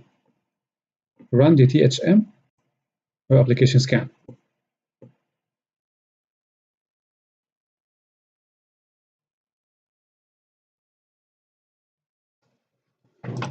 So Nikto has finished the scan, and now we can start comparing between Nessus and Nikto. So if you get back to Nessus here, we can see the difference in the layout of displaying the results. So here we can see every single alert is categorized in a graphical interface, and just we can click on anyone we are interested in examining the details, and we can have the info about this. So for example, if we click on web application sitemap, we can see a list of all of the files on the web server, right? Everything. But if we get back now to Nikto, we can't see these, right? I know we can customize Nikto for displaying the results, but for an initial scan, I can't see these. That's one thing about that makes Nessus bears more advantage. If we get back to examining more stuff, web server directory enumeration. So you see we have the following directories were discovered, JavaScript icons. Let's see Nikto, what has displayed. Let's see here. So the directories also were not displayed. That's also one. Let's move to something. Let's click on HTTP multiple issues. We can see here the methods allowed, and also in Nikto we can see the methods allowed here. Allowed HTTP methods. That's one similarity. Let's get back. Server type and version. If you click here, we can see the version of the web server. Let's get back, and here also we can see the version of the web server. Okay, fine. Let's see the medium stuff. Browsable web directories. These directories are browsable, but unfortunately, I cannot see any results indicating these issues here in Nikto. Okay. Okay, that's about scanning a web server and scanning a full scan, like Nmap scan. You do a full scan, you choose the basic network scan. You want to scan our application, you choose the application tests. Okay, so we can also scan for these vulnerabilities and the presence of ransomware or malware on the system. That's much about the type of scans and application of basic network scan and application tests. Here we can see dynamic scan. This dynamic scan is about plugins. So here you see the dynamic plugins, and you configure based on the filter. For example, I want to scan my targets for a specific CVE number, right? Or specific criteria like exploitable by malware or by Nessus. Here is specify the if you know about your target too much and you couldn't find the things you're looking for in the basic network scan, you can choose the advanced dynamic scan to pin down your scan specific criteria. So that was about it. It's not complex, pretty easy, but it's all about what you are used to use actually. So for me, I'm not used to Nessus. I use Nmap, Nikto, OWASP ZAP, SQL map, these kind of to scan the targets. First, log in with admin. So once you're logged in, we have the menu here and we have the dashboard. The dashboard shows the recent scans we have conducted, the severity of the vulnerabilities, as you can see here. And as you can see, this is the last scan I've conducted against the target that we're going to deal with today. Now, in the administration, you can create users, groups, roles in case you are collaborating with other pen testers or other vulnerability managers on your team. So dashboard scans. Now, two things when we want to create a scan with OpenVas. The first is creating or configuring the options, the targets, port list, credentials, scan configs. Next is to create the scans. So basically, first we will start with creating targets. So go to configuration, targets, and here as you can see, this is my target have been created before. Now, if you have other targets, you can just click on the star icon, and from here you can name the target, put the IP address. In the case of this scenario, you take the IP address of the try hacking room and put it here. The other options are related to the ports scan. So basically here's the port list. The port list, you can change it to fit your scenario. Or if you have a specific scope, you can select from the list here. So for us, we're going to scan for all ports. So simple as that. Click on the X. Now you have just configured your targets. And you can also go over the port lists. I'm going to explain all of these options at the last video. But first, before going to the scans, worth mentioning is the alerts and schedules. So if you go to schedules, you can run a schedule against your target. So for me, I've configured a schedule to run in 1 day, right? The duration is 1 hour. Now, if you have a target that you are interested in scanning continuously or frequently, you can configure that in this menu. Or if you want to edit an existing schedules, you can just click on the icon here, or you can, if you're going to create a new one, you can click on the star. So let's assume that you are creating a new one. Give it a descriptive name. The first time, of course, today is Saturday, and here you configure when it's going to run. Here the time zone, depending on your region, the period of the scan, and the duration. So simple as that, and it will run as per your schedule settings. Now, the schedule, it is very important and very useful to tie the schedules with alerts. You go to alerts. The alerts section here allows you to create alerts to be sent to your email as notifications concerning the details of your scan. For example, you can click on the star icon and create a new alert. Give the alert a descriptive name depending on the goal of your alert. Second, as you can see, the event, task, run status, change to done, leave it as this. Now here, the condition, when this alert is triggered. So you can select the settings. So for example, let's suppose that you're creating alert to send you a notification to your email inbox about high severity vulnerability. So you are interested in configuring the severity level. You can select from here, decrease or increase. Since we're assuming that we are interested in getting alerts about high severity vulnerabilities, we're going to click on increased and define the severity level. It is good reference to go to CVE or common vulnerability exposure to look at the scores, and based on the scores, you can just configure that. So for high severities, you can just get back to 0.5. So we're going to select above 2. So you can configure it based on the severity number, or it's better if you don't know the numbers, you can go with the severity level. When it is increased, it will send you an email. You can put the email here to address, which is your email, from address, the address or the sender email that will be sending you the message. And here is the template. Okay, that's for the alerts. So you tie the alerts with the schedules. Report formats, here when the scan is finished, you configure the report format that is suitable for you. You have PDF, you have many other different formats you can go over. Extras. Okay, let's not go over these now. These are the advanced options. Let's go now. When I create a scan, so go to tasks. A scan is created by creating a task. Okay, so we click on the star icon. new task, and name the task. So here, the target, since the target has been configured previously, it will show up here. You select it from here, the list. Now, make sure that to check yes on add results to assets. And what else? So here, the scanner type. The scanner type, you have two types, the OpenVas default and the CVE. So you can, if you have experience running both scans, you can just play with them. But if you don't have experience with them, you can just go with OpenVas default and create a testing one on your machine with the CVE to see how it's different. The scan config. Now the scan config here, we have many options, full and fast, discovery, and other options. So basically these differ depending on the resources of your machine and if you have a firewall. Let's say you have a firewall, okay, so you don't want to create full and fast, right? Full and fast tends to be noisy. So I want to do something full and very deep, for example. It will be slow and hopefully will not trigger the firewall. If you have a machine that is limited in resources, you also want to go with deep or deep ultimate. Now, full and fast, you can select full and fast if you have a machine that is either very resourceful or doesn't have resources, but this has to do with the firewall. Now, if you have a machine that has limited resources, it's better to go with say fast and ultimate. Deep and very deep ultimate for machines with high resources. I just confuse them. Host discovery, self-explanatory, system discovery, just to discover the live host and here's the system. So the default is full and fast. This will reveal the vulnerabilities running vulnerabilities on the target, and you can go over them. So once we are satisfied with the options, you can click on create. So it's created here, and if you want to start the scan, you can click on the green button.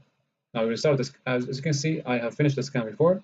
You can just click on that and wait for the scan to finish, and then we will examine the reports. So the scan has finished, as you can see, and from the dashboard, we can see that the status is equal to done, and we can see most of the vulnerabilities severity, as you can see here. It is medium. So if you want to take a look at more details, we have to go to the reports. So one way is to click on the scan name. And by clicking on the scan name, we see here the details of the scan, when it was taken, what are the options that were configured, and we can see here the reports. There is one. We can click on that to display the report. So the report is saying we have 2 medium vulnerabilities, 1 low vulnerabilities, and 15 log, 0 false positive. We can click on the report to take a look at more details.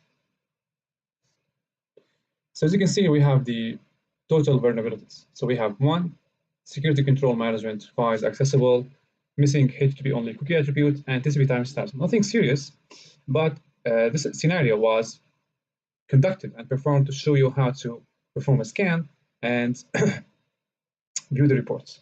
We will take a look now at another report which shows details of higher severities or higher vulnerability. We'll take a look now at the report which shows vulnerabilities of higher severity.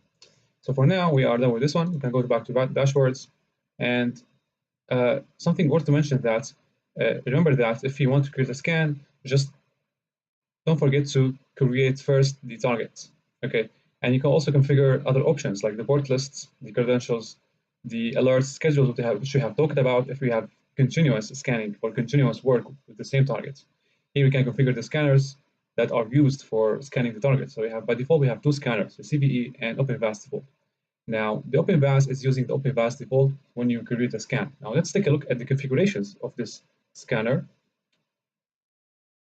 So here you see the scans performed by the scanner, which is THM machine scan, and here you can see options that have to do with the scan permissions, user tags. So who has access or who has the rights to use this scan? We can configure these after we have created the users or the groups. If you go back, we see the CVE scan, the same details.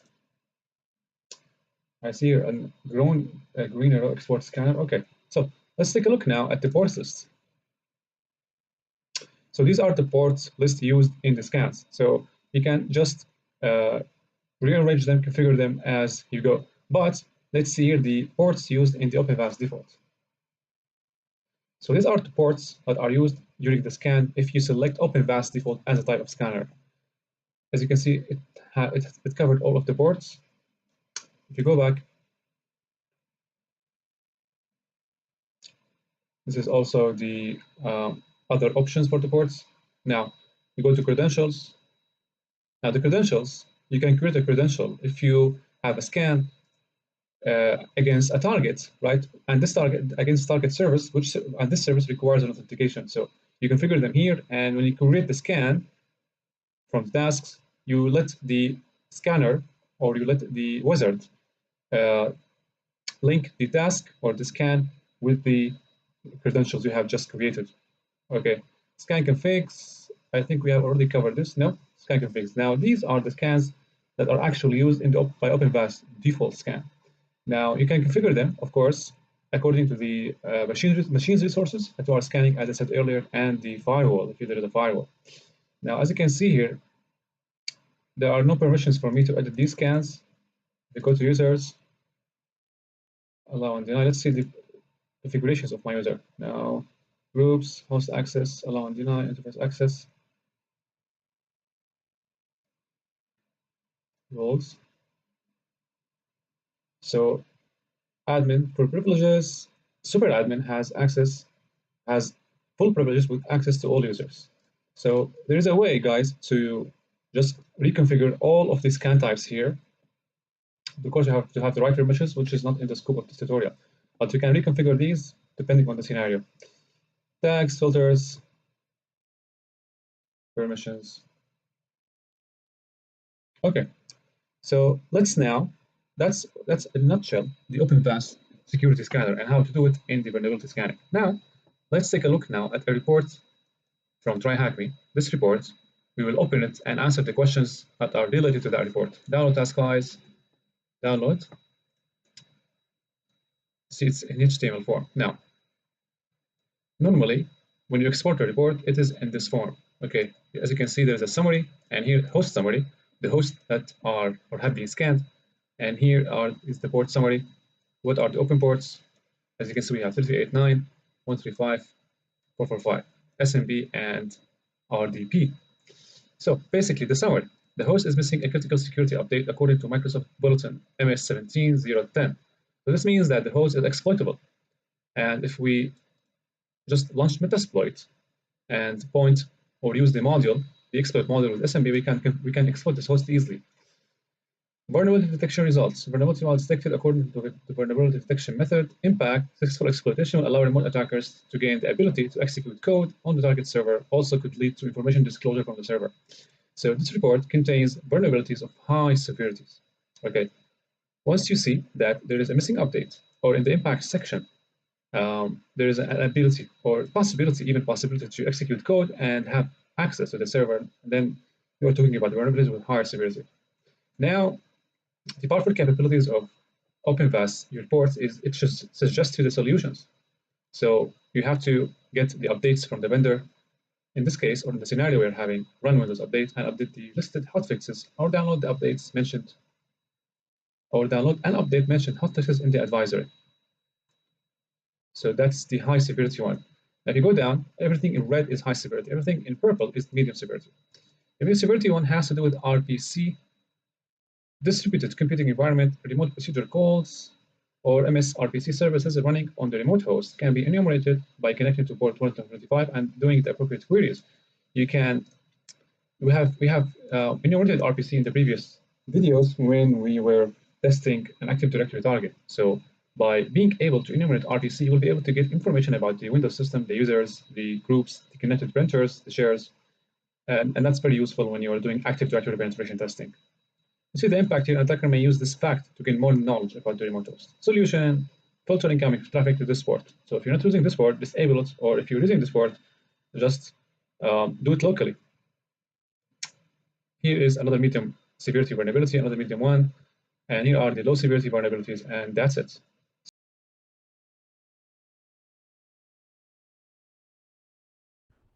What's going on, guys? Welcome back to this video. Today we're going to talk about vulnerability management.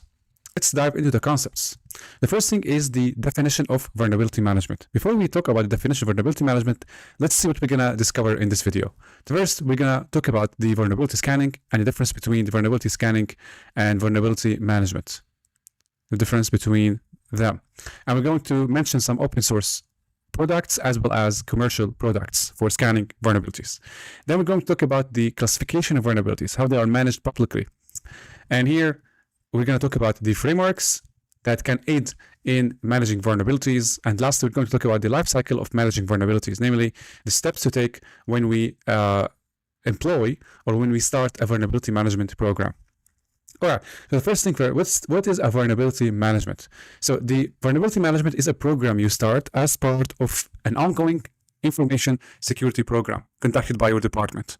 So it is a procedure, okay, that you conduct as part of a program, security program, or maybe as part of a risk management plan. Remember, in risk management, we talked about the risk assessment. In risk assessment, we try to discover threats, vulnerabilities, and we try to mitigate them as part of the risk mitigation. So vulnerability management could also be part of an overall risk management program. So it is the management and identification of vulnerabilities, more than only scanning vulnerabilities. So scanning vulnerabilities here, we use tools to discover vulnerabilities. But in vulnerability management, first we identify the assets and we scan for vulnerabilities, we prioritize vulnerabilities, and then we pick which ones we're gonna remediate and which ones we're gonna just leave because they are low risk. So vulnerability management is much more than vulnerability scanning. It's a list of steps that includes the scanning of vulnerabilities. Now that's for vulnerability management. Now let's talk about vulnerability scanning. As the name suggests, guys, vulnerability scanning is the process of discovering vulnerabilities in computer systems. So to scan for vulnerabilities, we use either open source products or we use commercial products, okay? So what are examples of open source products or commercial products? So as you can see in my notes here, I have these information. As you can see, for commercial scanners, we have Nessus, we have Nexpose, and Acunetics. Throughout my videos, we use Nessus more than one time to scan for vulnerabilities. If you can get back to them to see example. And for open source vulnerabilities, there is OWASP ZAP and there is OpenVas. Now, I know, guys, you might be telling me that, yeah, you can use Nmap scripting engine, and you can also use Nikto and much more than OWASP ZAP and OpenVas as open source vulnerability scanners. That's true, but here we're talking about the very well-known open source vulnerability scanners. In this video, we're going to talk about OpenVas, and previously we used OpenVas to scan for vulnerabilities. I'm going to put the links in the video description or in the playlist, so you can get back to them and watch how to use OpenVas as a vulnerability scanner. All right, now, so this is for vulnerability scanning. So as you see, guys, scanning for vulnerabilities is part of an overall process, which is vulnerability management. Now let's talk about vulnerability classification. So yeah, so we scan for vulnerabilities, we listed the assets, and we know the risk or the severity of every vulnerability. Now, the security community, they wanted a way to classify and manage the discovered vulnerabilities reported by security researchers. So they said, okay, we're going to come up with a classification for every vulnerability, and we're going to use something called the CVEs.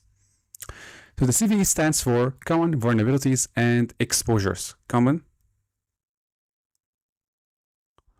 The font is bad because I'm using my mouse to write. Common Vulnerabilities and Exposure. I'm going to take the only shortcuts. So CVEs stands for Common Vulnerabilities and Disclosure. So that's the standard most communities use to classify and the vulnerabilities that people report. For example, if you go to this site, it's called CVE Details. So this is also a renowned website for searching CVEs and their impact. Okay, so CVEs, here we list the description of the vulnerability, the CVE number, the ID. Let's take an example. So say we talk about, let's search CVE 2021 23885. Now this is a Google search. Let's go back. Let's search by date, and let's go for the reported vulnerabilities the last 30 days. All right, so as you can see, these are examples. So this is the CVE classification. As you can see, it consists of here we have the prefix, okay, and then we have the year where it was given here, 2023, and it is where when the vulnerability was discovered, and this is the sequence number. It is automatically generated, And here we can see the description of the vulnerability. Let's take a look. So this is a description for the vulnerability. In some websites, such as the National Vulnerability Database, we see more detailed information, such as the product affected. Here, the product affected is, as you can see, it's the Linux kernel. That's the affected product. And we can see links to MITRE, NVD, and CVE. These are the MITRE and NVD CVE.org, the very most known sources for classifying and listing publicly reported vulnerabilities.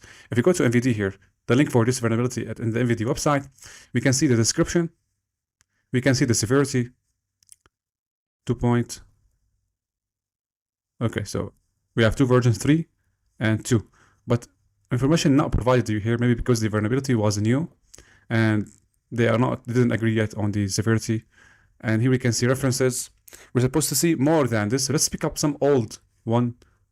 So we go back and we select 2000,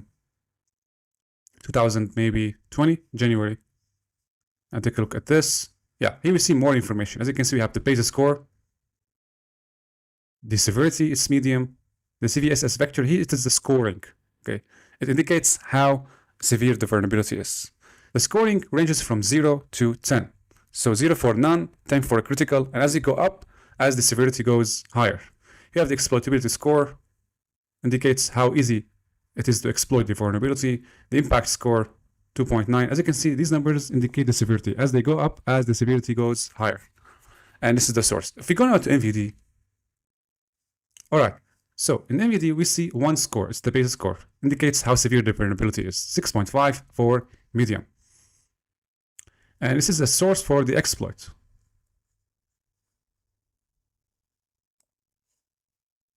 Okay, that's proof of concept. Known affected software, the affected product, school management software, PHP, and MySQL. Okay, so that is the classification I was talking about. And its description as well. So that's for vulnerability classification. Now, if we talk about vulnerability management frameworks. So vulnerability management frameworks, there is one that is very well known and widely used recently. It is the NIST Cyber Security Framework. Now, if you want a link for this framework, you can use this link, NIST Cyber Security Framework, and it contains a very in-depth guide to guide you guys how to manage a program or to lead a program of managing vulnerabilities. And lastly, we're going to talk about the vulnerability management lifecycle. So these steps are directly taken from the NIST CSF. Okay, so because people might be asking, according to which source or which reference we are taking these steps to manage vulnerabilities, it is according to NIST CSF. All right, so let's pick a new color, something different than blue. Okay, blue is good. No, blue is not good because, you know, so yellow. So the first step is, oh, look at this color, man. Doesn't work. Dark green. Okay. So we have first the discover. So in the discover, what do we do here? As you can see, we compile a list of all the environments, resources, or assets. What are the computers, the servers, the maybe if you have other devices such as printers, IP phones, we list all the assets, okay, and we scan for vulnerabilities. So exactly this is the step we take here. In the discover, okay, we scan for vulnerabilities after we list the assets. Next, we prioritize. According to the severity of every vulnerability discovered, we prioritize the remediation and the patching. So in the prioritize, we're grouping and assigning a risk-based priority to the assets based on how crucial they are to the business. Okay, so we're going to take an example in a while. And then the third step is to assess. So after we list the vulnerabilities, okay, and we know how severe they are, we assess based on the risk and the impact of the vulnerability, and then we take the remediation step, including fixing the vulnerability. So we want to take an example, okay, of how we go through these steps. Okay, so discover, prioritize, assess, we report the vulnerabilities, and lastly, we remediate. Of course, the remediation step heavily depends on the prioritize and the assess. Namely, we prioritize vulnerabilities with high severity score, meaning they have high impact on the asset connected to the vulnerability, such as a Linux system has a kernel vulnerability. This is a very high impact vulnerability with high severity. All right, so what is the first step? The first step is to discover. Okay, so what do? We go to assets and I click on hosts. And here, as you can see, we have 3 hosts. So if we click on this icon that includes a star, we can add new host. Now, if you want to add more assets to the list here in order to scan for the vulnerabilities, we're going to go to configuration and I click on targets. Here we see a list of targets that have been added previously by other researchers. So how do we do that? We click on this button that includes an asterisk or a star, and we fill the information. We put a descriptive name of the asset. If it is a Windows machine, we can type Windows machine. Here you can select whether to type the IP address manually or to select from a file. So the file here will include a list of IP addresses separated by a new line. You can add it from here if you have a large network. Here you can exclude hosts that are not part of the scope of the vulnerability scanning. And here allow simultaneous scanning via multiple IPs. You can leave this as yes. And for other options, you can leave them as yes and click on save. Once you do that, you will have added the targets here. That's the first step, adding the asset. Now, these are individual IP addresses. In some cases, you might add, as I said earlier, a whole network. So we do that by creating a file and separating the IP addresses per line, and then select this option. And here, click from file and browse to the file. Okay. So once we added the asset here, we want to start the scanning. So what do? We go to scans and select tasks. So once we do that, we can click on a new task and say scanning, or say Windows machine scanning.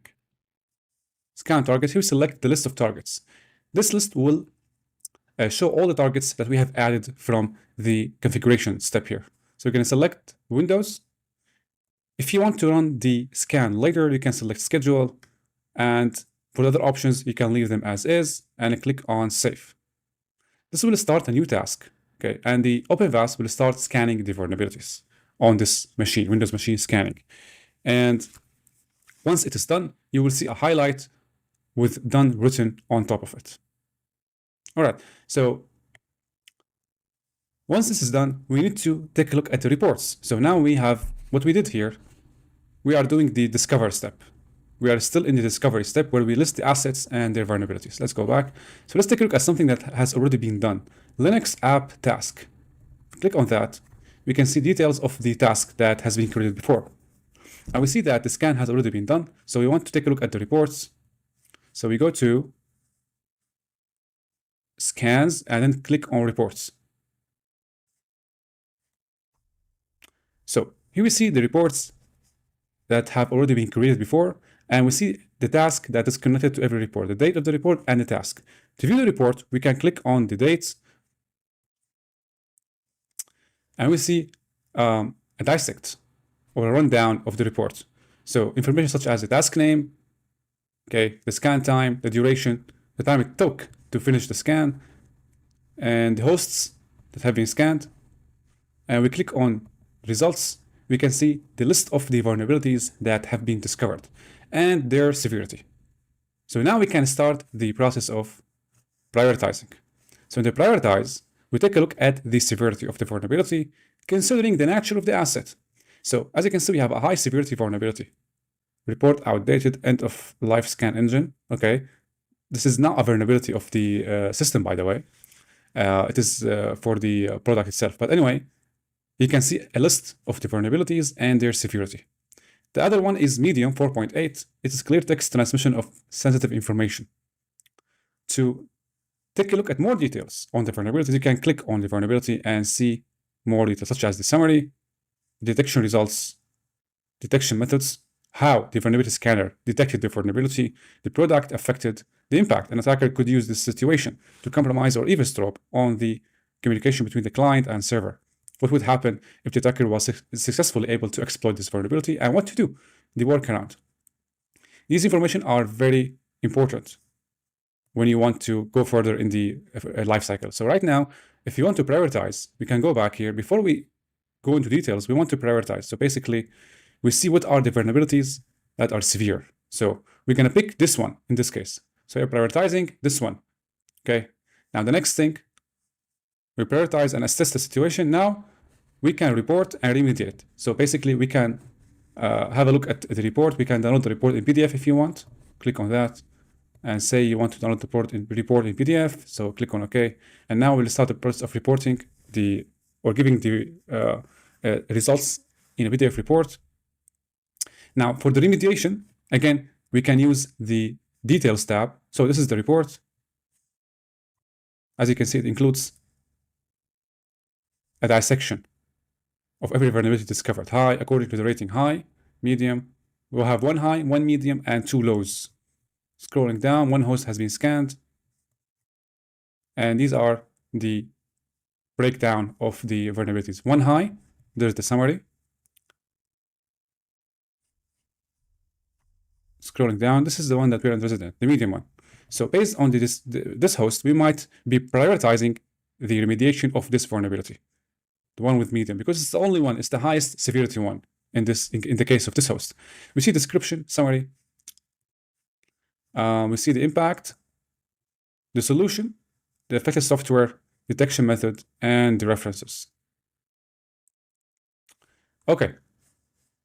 So now, this is a very brief breakdown on how to run the tool and demonstrate the lifecycle of managing vulnerabilities.